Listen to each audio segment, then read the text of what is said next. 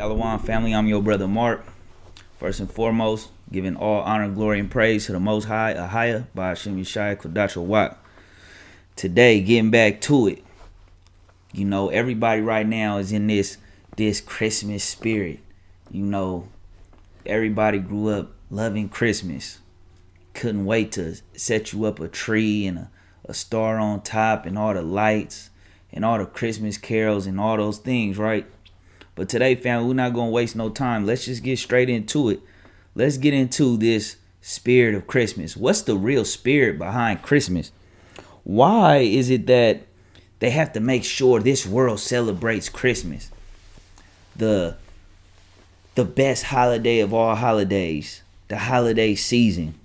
It's deals, all the red, green, the black, the colors, the lights. We gonna get into it if it be the will of the Most High. You know, the Christmas tree. Why the tree? Why so much into this? So family, first, let's get Saturnalia. What is Saturnalia? Saturnalia is an ancient Roman festival and holiday in honor of the god Saturn, held on 17th of December of the Julian calendar, and later expanded with festivities through to the December 23rd. The holiday was celebrated with the sacrifice at the Temple of Saturn in the Roman Forum, which you can see if you watch our documentary on Rome, and a public banquet, followed by private gift giving, continual partying, and a carnival atmosphere that overturned Roman social norms. Gambling was permitted. Let's get into the good stuff.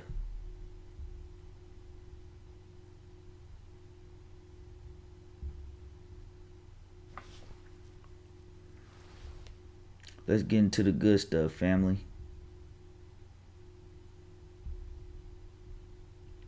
Jump it down.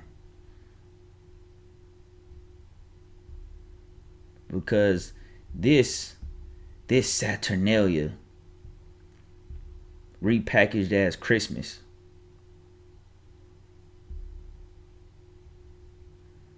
and you know, the world just don't care. They gonna have some Christmas.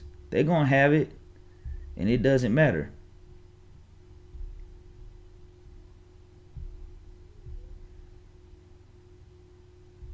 One second.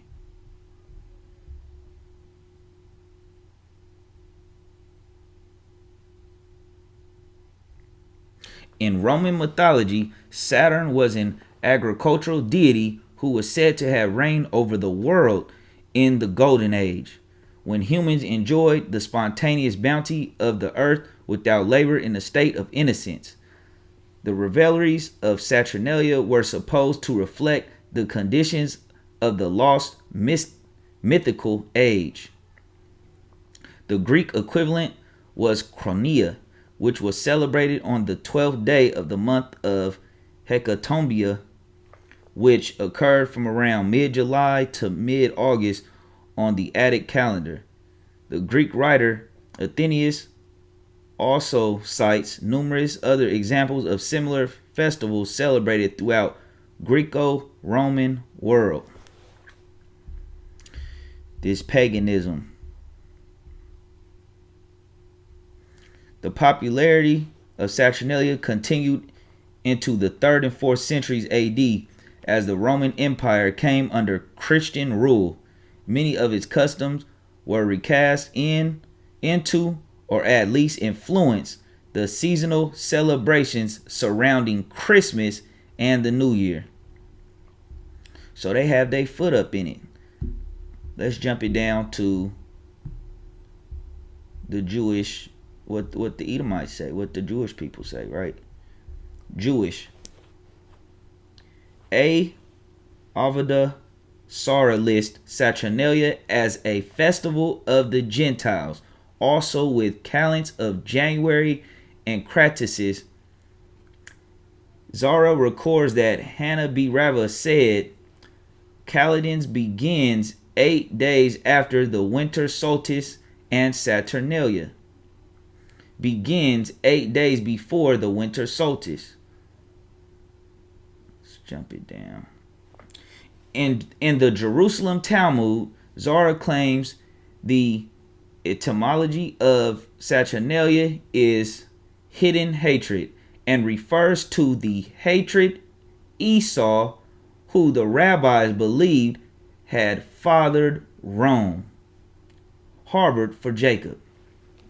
So they telling you the Edomites, this is the Romans. They telling you that they are the Edomites, right?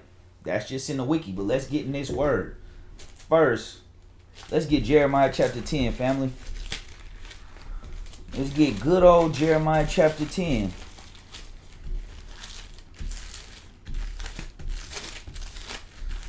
For this Christmas spirit going on. And it's hard to put it down, especially when you first come to the truth for some people. It's hard. This Christmas is like the last thing people want to hang on to. What about the kids? The kids want the truth. You can get the kids gifts any day. But it's something, this Christmas spirit, this spirit of Saturnalia.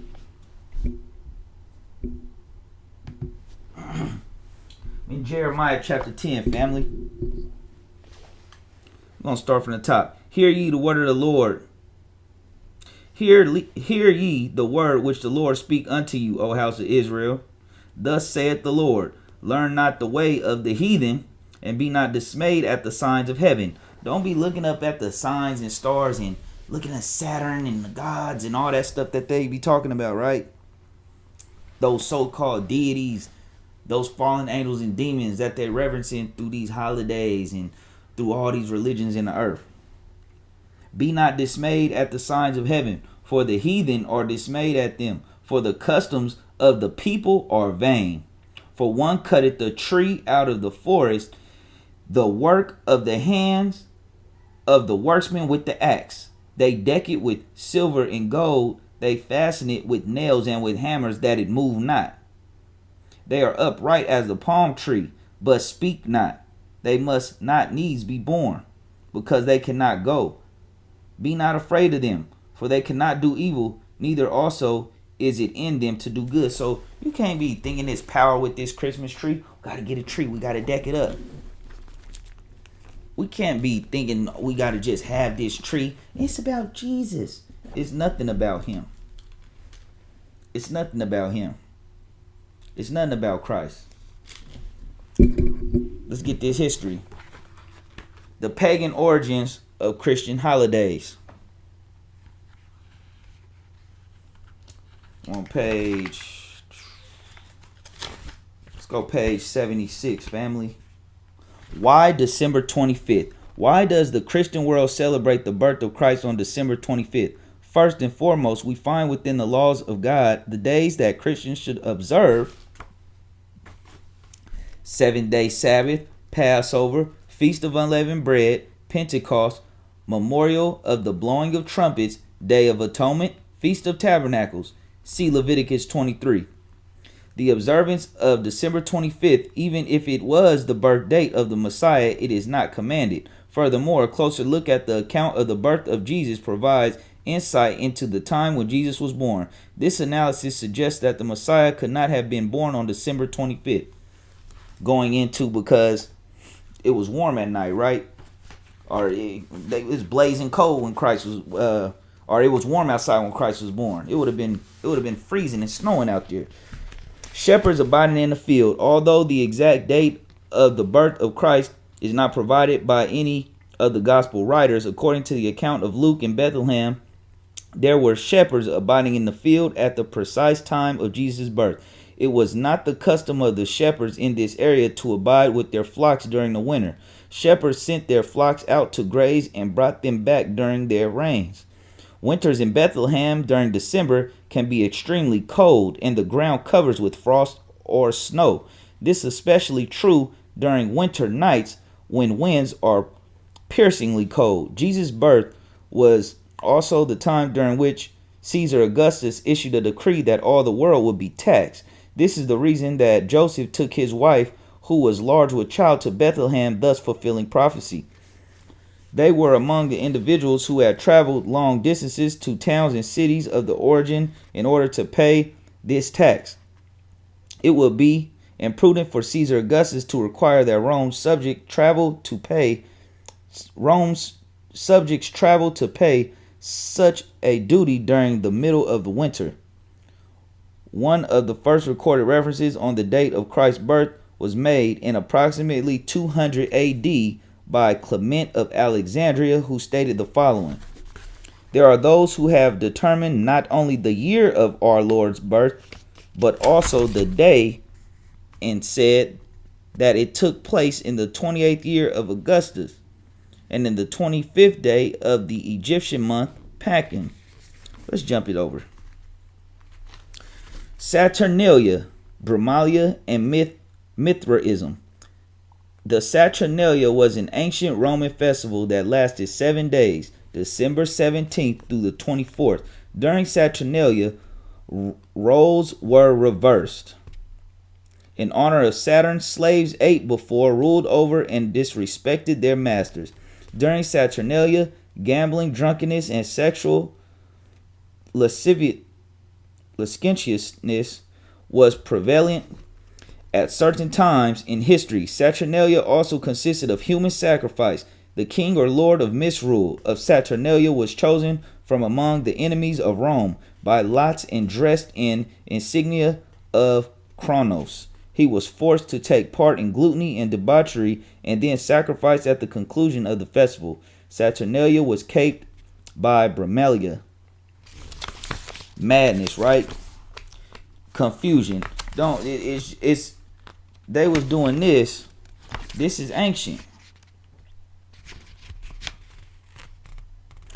Christmas trees and all that.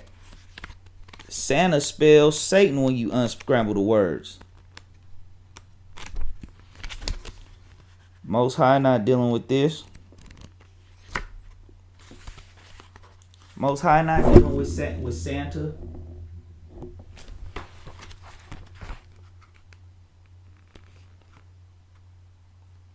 Father Christmas riding a goat.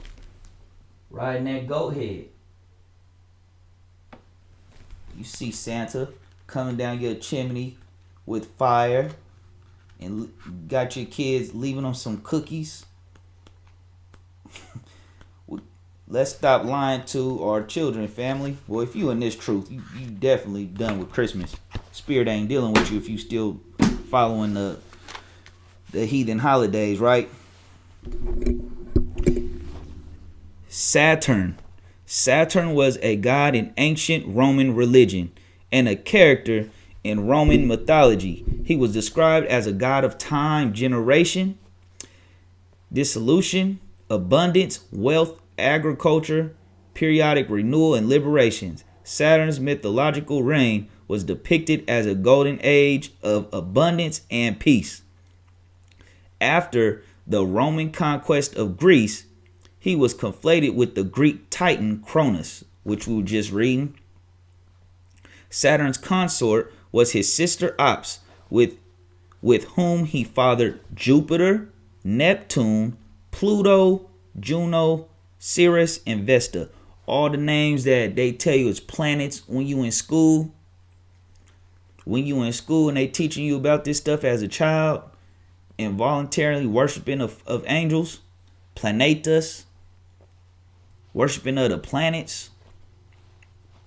Saturn was especially celebrated during the festival of Saturnalia each December, perhaps the most famous of the Roman festivals, because the fourth beast, the Roman Empire, is still ruling. So of course they got their gods with them, and of course they've been hiding themselves through time. Edom, Romans, now Spaniards, Britons, just done. Esau will be ruling the world at the end of the world, changing their names. Caesar's crown over the United Nations, like we always bring out. A time of feasting, role reversals, madness, free speech, gift giving, revelry. The temple of Saturn in the Roman Forum housed the state treasury and archives of the Roman Republic and the early Roman Empire. The planet Saturn and the day of the week, Saturday, are both named and were associated with him. Because, you know, they done changed the names of the months that the Most High gave us. They have changed it into all their Roman pagan gods. Let's get it, family. Let's get Acts chapter 14. Because this what Paul was going in and destroying when he was waking them up.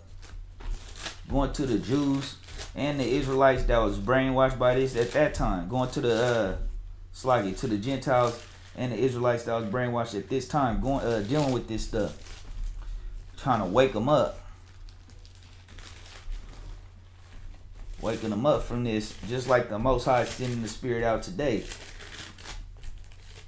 Planting these seeds with this word, right? Start at Acts chapter 14, verse 5. Let's start from the top.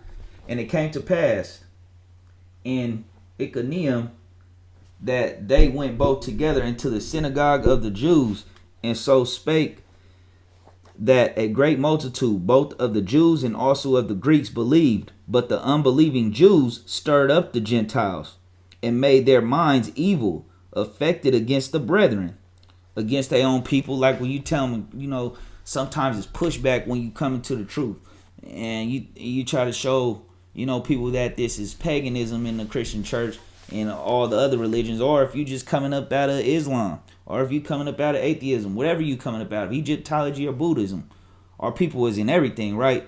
So when you go and you try to wake them up, you get that pushback. You know, because this is spirit. We spiritual first. So what spirit you dealing in?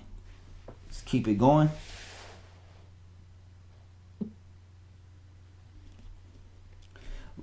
And made their minds evil, affected against the brethren. Long time therefore abode they, speaking boldly in the Lord, which gave testimony unto the word of his grace, and granted signs and wonders to be done by their hands. But the multitude of the city was divided, and part held with the Jews and part with the apostles. And when there was an assault made both of the Gentiles and also of the Jews with their rulers to use them despitefully and to stone them, they were ware of it, and fled into Lystria and Derbe and cities of Lycaonia, and unto the region that lieth round about. And there they preached the gospel. And there sat a certain man of Lystria, impotent in his feet, being a cripple from his mother's womb, who never had walked. The same heard Paul speak, who steadfast beholding him, and perceiving that he had faith to be healed, said with a loud voice, Stand upright on thy feet. And he leaped and walked. And when the people saw what Paul had done, they lifted up their voices, saying in the speech of Lysania, the gods are come down to us in the likeness of men. And they called Barnabas Jupiter, and Paul Mercurius, because he was the chief speaker. Then the priest of Jupiter, which was before the city, brought oxen and garlands unto the gates, and would have done sacrifice with the people. So this paganism in Rome and all through Europe been going on. They been dealing with with this mythology, with this demon worship. And they trying to cover it up. And that's why the Most High, he uncovered Esau's secret places. Like he say. He uncovered their secret places. Let's go to Acts chapter let's go to Isaiah chapter 29. Let's get a few more. Isaiah chapter 29 verse 15. Woe unto them that seek deep to hide their counsel from the Lord, and their works are in the dark. And they say, Who seeth us, and who knoweth us? See, they in the dark with this. Planning this stuff to repackage the heritage of Israel and just trying to cover up Christ's true doctrine and what the heritage the Most High gave to the Israelites. You know, Christmas Most people in the world know about Christmas instead of Feast of Tabernacles. Or they're not really keeping the Passover, they keeping Easter. And the Most High is against them for that. Let's get two more scriptures, family. Oh, Colossians chapter 2. Because what they're doing, what they've been doing, is wicked.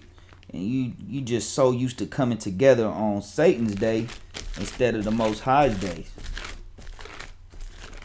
But the Most High is waking his people up. And it sounds like hate speech to them that want to keep this going. We in Colossians chapter 2 verse 8. Beware lest any man spoil you through philosophy and vain deceit, after the traditions of men, because it's a tradition every year, December 25th. After the rudiments of the world and not after Christ. And that's what they doing. That's what they doing, family. Let's jump it down to Colossians 2 and 18. Let no man beguile you of your reward in a voluntarily humility and worshiping of angels, intruding into those things which he hath not seen, vainly puffed up by his fleshly mind. Don't let no one get you involuntarily worshiping of these fallen angels and these spirits and demons, right? Giving reverence to them. Last scripture, 1 Corinthians chapter 14, verse 33. For God is not the author of confusion, but of peace, and in all churches of the saints. He's not the author of confusion, and this confusion what they dealing with. So with that, family, we done with Christmas. We done with the holidays. We keeping the holy days. Shalom. And the Lord shall scatter thee among all people, from the one end of the earth even unto the other. And there thou shalt serve other gods, which neither thou nor thy fathers have known, even wood and stone. And among these nations shalt thou find no ease, neither shall the sole of thy foot have rest. But the Lord shall give thee there a trembling heart, and failing of eyes, and sorrow of mind. And thy life shall hang in doubt before thee, and thou shalt fear day and night, and shalt have none assurance of thy life. In the morning thou shalt say, Would God it were even, and at even thou shalt say, Would God it were morning, for the fear of thine heart wherewith thou shalt fear, and for the sight of thine eyes which thou shalt see. And the Lord shall bring thee into Egypt again with ships. The word that came to Jeremiah from the Lord, saying, Thus speaketh the Lord God of Israel, saying, Write thee all the words that I have spoken unto thee in a book. For lo, the days come, saith the Lord, that I will bring again the captivity of my people Israel and Judah, saith the Lord. And I will cause them to return to the land that I gave to their fathers, and they shall afflict thee. And I will save her that halteth, and gather her that was driven out. And I will get them praise and fame in every land where they have been put to shame. At that time will I bring you again, even in the time that I gather you. For I will make you a name and a praise among all people of the earth.